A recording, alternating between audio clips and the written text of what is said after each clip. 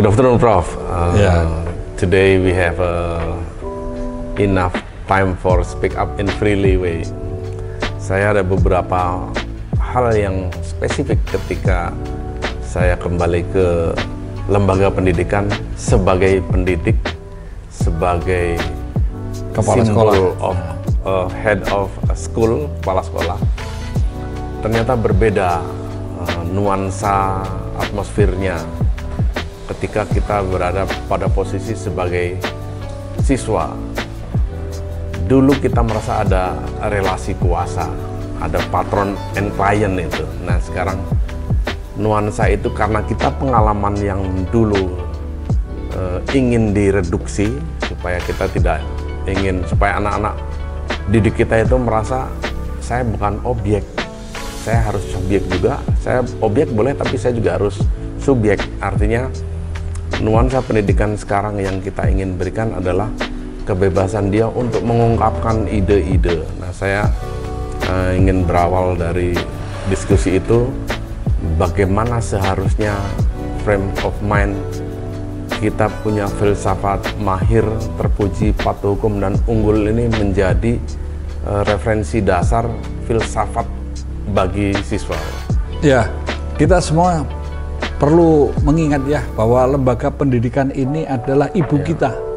Jadi kita lahir menjadi polisi ini karena melalui pendidikan. Kalau kata Romo Mangun mengatakan bahwa pada pendidikanlah tergantung masa depan bangsa. Demikian juga dengan Polri. Pada pendidikanlah tergantung masa depan Polri. Maka saya boleh mengatakan Lemdiklat itu Little Polri. Ini suatu refleksi bagaimana kita menyiapkan, mendidik, melatih agar tadi mencapai tujuannya, mahir, terpuji, patuh hukum, dan unggul, atau profesional, cerdas, bermoral, dan modern. Nah maka kita semua harus menyadari, mengerjakan sesuatu harus mencari keutamaannya, karena ini akan menjadi landasan. Maka keutamaan Lemdiklat Polri adalah sebagai lembaga pendidikan dan pelatihan Polri, baik untuk yang calon polisi ataupun yang sudah menjadi polisi. Nah, di sini dasarnya ada pada moral dan literasi.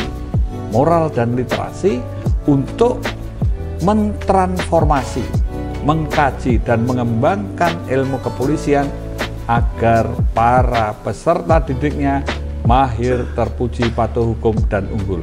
Nah, konteks ini kita semua menyadari bahwa kita ini sekolah di lembaga pendidikan dan pelatihan Polri ada sekolah yang berbasis kepada kejujuran, kebenaran, dan keadilan. Yang kedua, kita ini sekolah dasarnya juga pada kesadaran. Orang yang sadar maka akan bertanggung jawab. Jadi bukan cari nilai, cari ranking, apalagi sampai nyontek, cari bocoran, cari merubah-rubah angka. Itu sangat memalukan dan itu merusak pendidikan. Para peserta didik yang ada di lembaga pendidikan ini juga harus sadar bahwa kita ini harus paham akan keutamaan polisi di dalam pemolisiannya, yaitu pada kemanusiaan, keteraturan sosial, dan peradaban. Nah maka karena kita ini sebagai profesi, maka harus profesional, artinya ahli, basisnya pada ilmu kepolisian, cerdas, itu kreatif dan inovatif, bermoral, dasarnya pada kejujuran, kebenaran, keadilan, kesadaran, tanggung jawab, dan disiplin, dan juga modern. Nah, pada konteks ini, kita semua juga menyadari bahwa sekolah di lembaga pendidikan Polri ini bukan sebatas bagaimana menjawab mengapa, tetapi menjadi siapa, menjadi ikon. Karena mau tidak mau, kalau kita, mohon maaf, saya kata Jack Ma ya, kalau kamu belum kaya dan terkenal, kata-kata mutiaramu bagaikan kentut. Tapi kalau kamu kaya terkenal, maka kentutmu menginspirasi. Nah, pada konteks seperti inilah kita semua menyadari bahwa kalau keutamaan polisi dalam pemolisian pada kemanusiaan, keteraturan sosial, dan peradaban, maka proses pembelajaran di lembaga pendidikan dan pelatihan Polri adalah untuk melakukan suatu dialog, yaitu dialog peradaban. Nah, di sini maka pendidikan ini bukan sekedar mengajarkan, tapi transformasi. Saya sepakat bahwa para peserta didik itu bukan objek, tapi mereka juga subjek. Guru, pilar dari lembaga pendidikan. Para guru ini harus juga menjadi ikon, menjadi role model, menjadi orang-orang yang boleh dikatakan motivator, inspirator. Kalau bahasa Jawanya nih kan campur-campur ngomongnya ya. Yo nyontoni, yo ngajari, yo ngancani, yo belani, nek perlu bayari. Jadi itu getih. Dari konteks inilah para guru harus juga bisa menjadi supporting team atau menjadi stimulan agar mereka menjadi pemberani. Karena berani apa? Berani menyuarakan kebenaran, berani berpikir. Setidaknya saya mengatakan tidak idealis tapi normatif. Agar antara yang ideal dengan yang aktual gapnya tidak terlalu jauh. Kira-kira begitu ya. Satu hal yang membuat kita sama-sama peduli adalah hasil dari anak didik atau siswa atau katakanlah murid-murid lembaga pendidikan Polri utamanya itu dinilai sebagai cikal bakal hasil dari lapangan, diperoleh di lapangan. Satu contoh sederhana misalnya ketika anggota Polri melakukan tindakan di lapangan itu mencerminkan hasil didiknya. Kita kembali Prof bahwa lembaga pendidikan Polri ini ada 3 aspek: pendidikan akademi, pendidikan vokasi, dan kalau menurut saya adalah pendidikan keahlian atau vokasi itu, tapi lebih ini pada keterampilan. Nah, di level mana sebenarnya, sekali lagi di level mana sebenarnya pendidikan Polri ini bisa dipahami oleh seluruh elemen masyarakat bahwa lembaga pendidikan Polri memiliki tanggung jawab besar terhadap sukses maupun gagalnya hasil didik Polri. Iya, tadi saya katakan bahwa semua itu berbasis pada ilmu kepolisian. Ilmu kepolisian sebagai ilmu antar bidang yang mempelajari tentang masalah sosial, khususnya pada keteraturan sosial. Yang kedua, mempelajari tentang hukum, penegakan hukum dan keadilan. Disinilah polisi ini sebagai pembangun peradaban, karena hukum merupakan produk atau refleksi dari peradaban suatu bangsa. Dan ilmu kepolisian mempelajari tentang kejahatan. Kejahatan ini baik yang konvensional atau yang kontemporer, transnasional, extraordinary, dan macam-macam, ini semua kontraproduktif. Artinya merefleksikan polisi ini menangani kejahatan untuk menjaga kehidupan agar jangan terjadi hal yang kontraproduktif. Karena kita semua sadar untuk bisa bertahan hidup, tumbuh dan berkembang kalau ada produktivitas. Maka para petugas polisi itu harus menjadi co-producer, mendukung produktivitas, yang artinya tidak bermain-main dengan hal ilegal, tidak jadi tukang palak, tidak jadi tukang peras, tidak tukang terima suap atau bermain dengan hal ilegal atau hal yang kontraproduktif lainnya. Dan kita semua juga sadar bahwa di dalam belajar ilmu kepolisian di semua lini pendidikan di Lemdiklat ini adalah juga mempelajari tentang policing atau pemolisian. Pemolisian itulah pekerjaan polisi yang ada di ranah birokrasi maupun ranah masyarakat, dan ini bisa modelnya yang berbasis wilayah, berbasis fungsi, dan berbasis dampak masalah. Nah, model-model policing ini sangat banyak. Misalnya kita bisa mengatakan community policing, kita bisa mengatakan adanya road safety policing, kita bisa mengatakan adanya border policing, maritime policing, kemudian electronic policing, international policing, art policing, dan smart policing, serta macam-macam yang lain.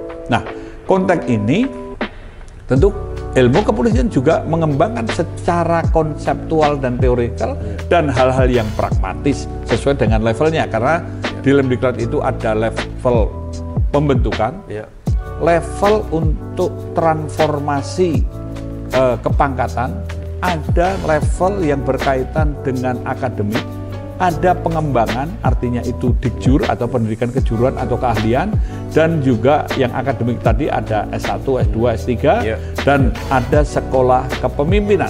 Dan satu lagi ada penambahan profesi untuk safety and security. Karena kita harus juga sadar untuk keamanan dan keselamatan ini harus menjadi satu bagian. Dan ini dikembangkan dalam ilmu kepolisian. Satu lagi adalah mempelajari tentang isu-isu penting yang terjadi dalam masyarakat. Misalnya masalah ideologi, masalah politik, ekonomi, sosial, budaya, hukum, teknologi, dan lain sebagainya. Nah, itu semua kalau dikatakan bagaimana mereka bisa menyerap, itu mereka mengalami, mereka merasakan. Karena kata Profesor Satipto mengatakan, polisi itu bekerja dengan O2, otak, otot, dan hati nurani. Karena bukan hanya otaknya, bukan ototnya, tapi hati nuraninya. Karena sebagai penjaga kehidupan, pembangun peradaban, dan pejuang kemanusiaan. Dan satu lagi kita harus menyadari bahwa itu semua tidak bisa hanya siap gerak, tertib gerak, bagus gerak, nggak bisa. Itu proses. Maka hebatnya para peserta didik bukan hari ini, bukan kejar-kejaran ranking atau nilai, tapi ketika bertugas, ketika berkuasa, ketika punya kewenangan, tidak jahat. Maka saya katakan jadi aparat jangan jahat. Maka disinilah lembaga pendidikan sangat-sangat melarang terjadinya kejahatan. Kejahatan dalam lebih pendidikan, baik itu fisik, ataupun kejahatan verbal, atau simbolik, atau lain-lain. Karena kejahatan ini nanti menimbulkan luka batin atau membuat orang menjadi penakut. Padahal polisi harus berani. Maka disinilah pelajaran di kelas itu bisa belajar tentang konsep teori, dia juga belajar tentang studi kasus, problem solving, dan ada kebaruan. Apa yang harus dilakukan? Nah, disinilah perlunya ada debat akademik, debat publik, ini dialog. Karena mau tidak mau, para guru ini bukan pemegang kunci kebenaran ilmu, tapi ilmu ada di mana-mana. Cara berpikir. Maka konsep yang paling penting cara berpikir itu belajar menggolong-golongkan. Belajar untuk berpikir secara holistik atau sistemik. Berpikir model, kemudian berusaha memahami makna di balik gejala fakta. Belajar juga secara konseptual dan teoritikal. Teori itu merupakan hakikat intinya, hubungan antara konsep-konsep atau teori-teori yang bisa diambil dari mana saja, dari masalah sosial pun bisa terjadi, dan itu untuk menghasilkan tentang basic principle and general atau prinsip-prinsip yang mendasar dan berlaku umum untuk menjelaskan suatu fenomena. Nah, konteks inilah, maka dengan cara berpikir ini, kalau kita katakan bahwa contemporary policing lebih mengutamakan pada pencegahan, upaya pencegahan.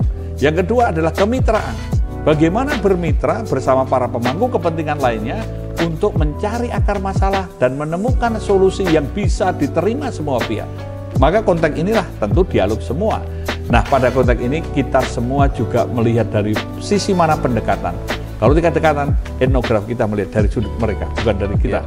Karena polisi dalam pemolisiannya, selain ada kesejajaran atau kemitraan, kita bukan merasa pada kasta yang lebih tinggi, tetapi kita merasa bagian dari mereka. Sehingga keberadaan polisi menjadi bagian hidup mereka yang diterima. Kalau Profesor Satipto mengatakan, polisi itu yang baik, yang cocok dengan masyarakat, yaitu bisa menyesuaikan dengan corak masyarakat dan kebudayaannya.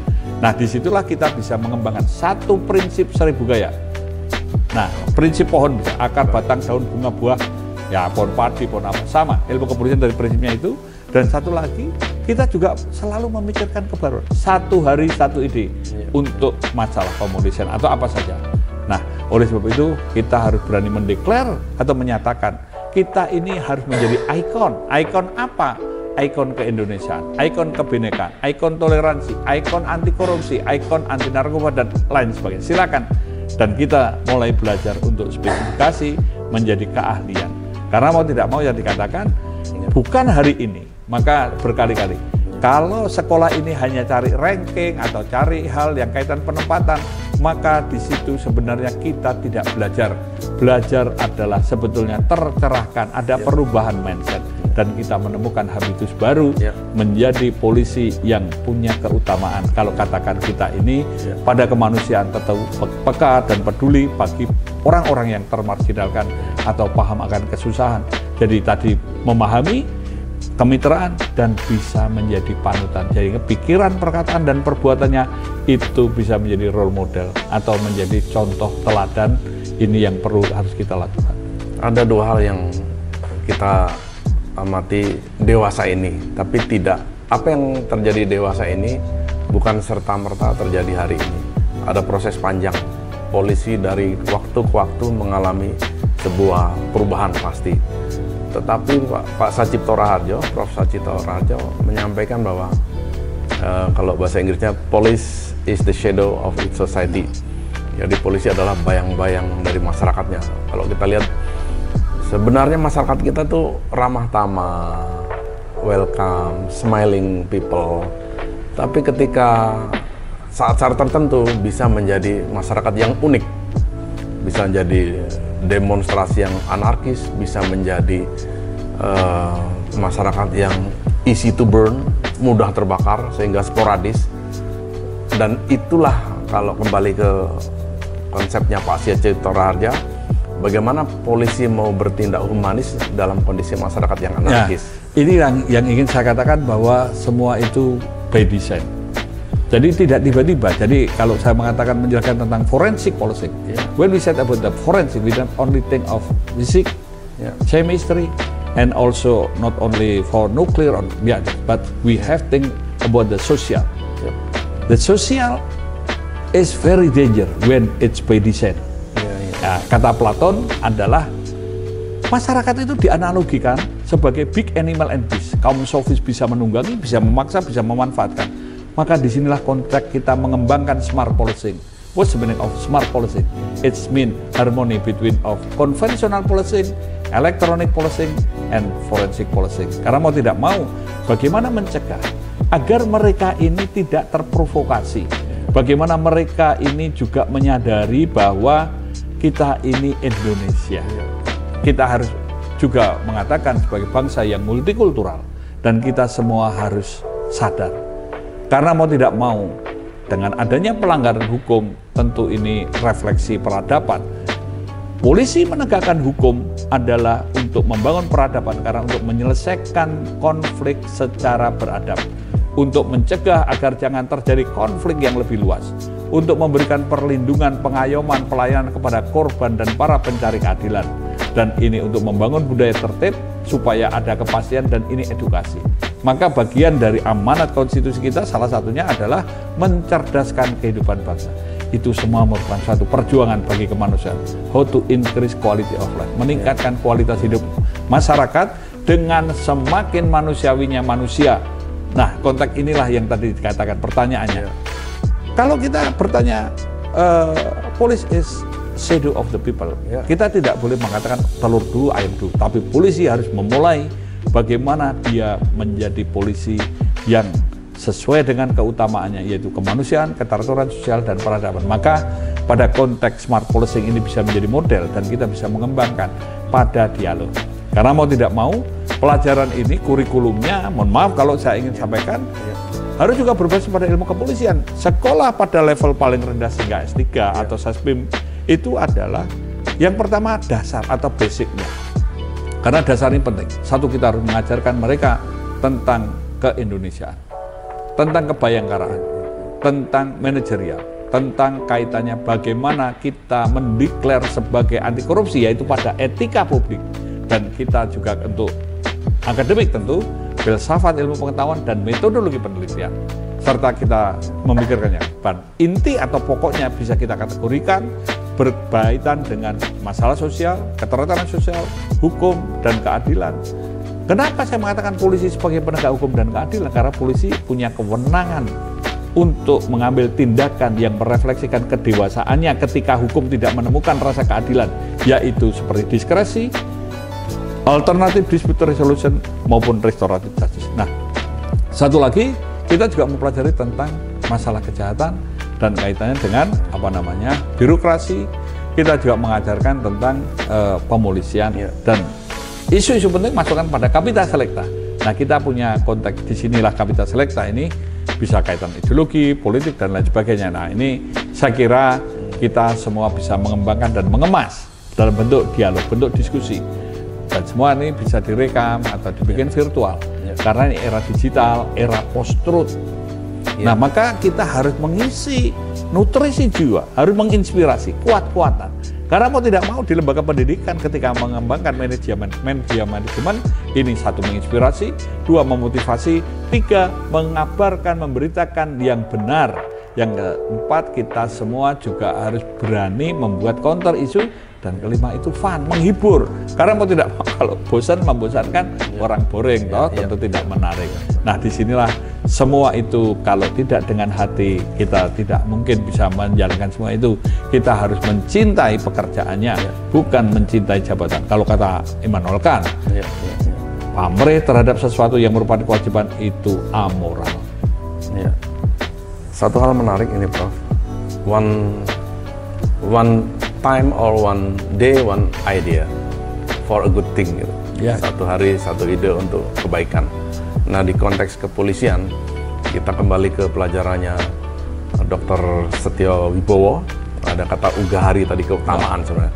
Ugahari dalam hal ini dimaknai sebagai kesadaran diri, kejujuran, kemudian keseimbangan hidup, keselarasan hidup. Nah, di dalam konteks filsafat pendidikan ada kata mahir, terpuji, patuh hukum, dan unggul.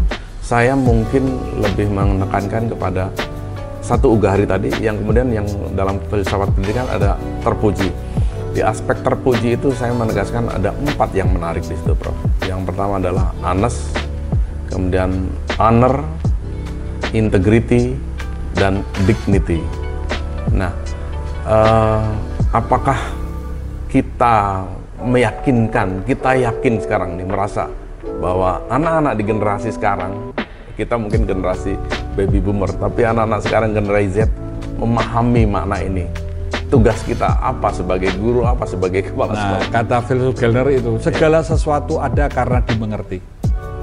Maka kita bangunlah pengertian itu. Yang kedua, kata René Descartes itu mengatakan apa? Cogito ergo sum. Saya ada ketika saya berpikir, maka jangan sampai mereka takut untuk berpikir. Ingat kata-kata bahasa Jawa nih, pepatah Jawa mengatakan, kehilangan bondo kui ora kehilangan opo-opo. Kehilangan harta benda itu tidak kehilangan apa. Kehilangan nyawa agi, kehilangan separuh. Kehilangan nyawa itu baru kehilangan. Kehilangan kepercayaan, kehilangan sakabehane. Kehilangan kepercayaan itu kehilangan semuanya. Maka kalau mengatakan harga diri ini bahaya. Konflik itu karena perebutan sumber daya atau perebutan pendidik sumber daya atau karena harga diri. Kalau sudah pakai dignity di masyarakat ini kacau, ini berat. Kenapa? Ini harga diri. Masih ingat pepatah mengatakan begini, sedumuk batuk senyari bumi. Sedumuk itu kecil, tapi tekan bun-bunan itu sampai batuk itu akan bisa mendunia. Pegating jonggo, pecaing dodo, utaing lutur, petahnya dada, tumpahnya darah.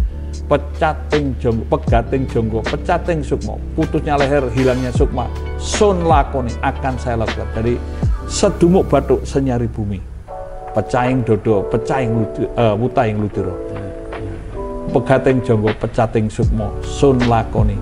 Jadi ini kita semua harus memahami bahwa kita Indonesia. Kalau bahasa Manado mengatakan torang sama basudara. Dan kita harus mengingatkan bahwa bukan homo homini lupus, tapi homo homini salus. Karena manusia harus bisa menjadi manusia bagi sesamanya. Itu kalau kata-kata orang Manado, si tau tumau tau. Jadi kita semua harus bagaimana semakin manusiawinya manusia, mengangkat harkat dan martabat manusia. Menarik, Prof. Terakhir, Prof. Ini sebuah kerentekeng hati gitu, dari keyakinan bahwa memang the better future of police is in our hand now. Jadi saya merasa bahwa yang Prof. CDL sampaikan tadi itu sebuah brainstorming yang deep down sebenarnya.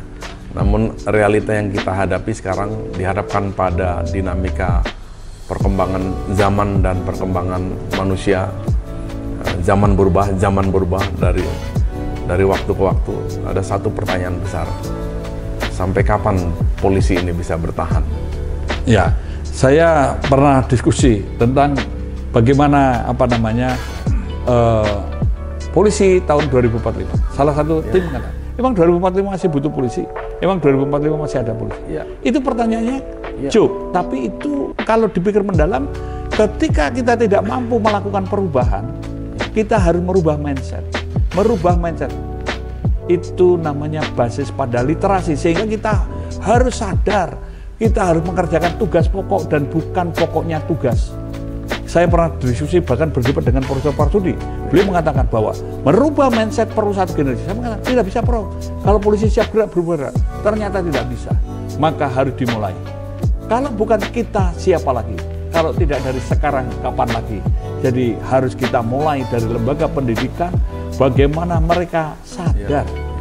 Mereka tahu, setidaknya ada budaya malu. Dia mulai mencari keutamaan. Keugaharian itu diwujudkan dalam pikiran, perkataan, perbuatan, dan bela rasanya pada keutamaannya. Nah, ketika kita kehilangan keutamaan, maka kita akan kehilangan segalanya. Nah, oleh sebab itu, maka kita juga harus memikirkan bahwa perilaku organisasi refleksi dari kualitas literasinya. Maka konteks literasi ini bukan hanya baca tulis, tetapi bagaimana mulai dari lingkungan, dari hal-hal lain. Yang saya buat program unggulan di Lemdiklat ini adalah kampus integritas. Jadi harus punya integritas. Yang kedua, kampus ini harus unggul. Mau tidak mau harus punya kebanggaan, keunggulannya. Apa yang bisa dibanggakan? Yang ketiga adalah modern. Jadi kita harus dinamis, mengikuti perubahan apa yang dilakukan. Misalnya sekarang era post-truth, era digital, maka harus mengembangkan yang namanya electronic policing, misalnya forensic policing. Dan satu lagi adalah kampus hijau. Hijau bukan berarti kampusnya hijau, tetapi menunjukkan jiwa yang bahagia, sehat, jiwa raga. Mau tidak mau, belajar di Lemdiklat Polri adalah jiwanya bahagia. Karena mau tidak mau, kalau jiwanya bahagia, akan mudah menerima sesuatu. Jadi yang dicari bukan nilai, bukan ranking, bukan kesempatan, bukan hebat-hebatan, tapi bagaimana ada tercerahkan. Nah, ini yang paling penting. Karena sekolah ini harus ada transformasi. Ada perubahan yang semakin lebih baik. Karena kita mengatakan bahwa kalau kita tidak memikirkan kebaikan-perbaikan, itu susah. Kebiasaan yang baik akan membawa pada hati nurani yang baik. Dan satu lagi ini, sopo sing tekun bakal tekan meski nganggo tekan. Siapa yang tekun dan mau berubah, dia akan sampai pada tujuan. Thank you, Prof. This is a nice discussion. Diskusi sore yang menghangatkan suasana. Ya, memang kita ini diskusinya mungkin dalam konsep, tapi kita harus berusaha mewujudkan. Mau tidak mau itu mimpi, harapan. Jadi kapan selesainya kita tidak tahu, tapi kita harus mulai mencoba, kita harus berani.